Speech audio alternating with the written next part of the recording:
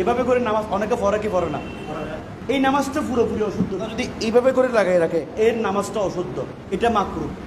এটা ফতোয়া স্বামীর মধ্যে আছে, ফতোয়া আলমগীরের মধ্যে আছে। কোনো সময় এখানে লাগানো যাবে না। আপনি দাঁড়াবেন, এটা এইভাবে থাকবে, এই জায়গাটা খালি থাকবে, এই জায়গাটা কি থাকবে, খালি থাকবে। যদি এই জায়গাটা আপনার খালি না থাকে তাহলে আমার আপনার নামাজ হচ্ছে না। আরেকটা হচ্ছে এই যে আমরা নিয়ত করি, হাত এইভাবে ফেছনে যায়, এই দেখেন এইভাবে করে ফেছনে যায়, হাতটা এখান থেকে নামানোর সময় এইরকম গিরা যদি ফেছনে যায় আমার নামাজটা সম্পূর্ণ অশুদ্ধ হবে।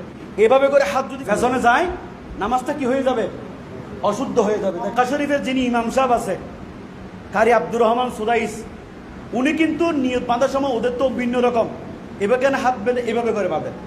তো আমরা হাতটা এভাবে করে রাখবো সামনে, অর্থাৎ এই জিনিসটা কোনো সময় শোনে যাবে না। আল্লাহ আমাদেরকে বুঝার তৌফিক দান করুন।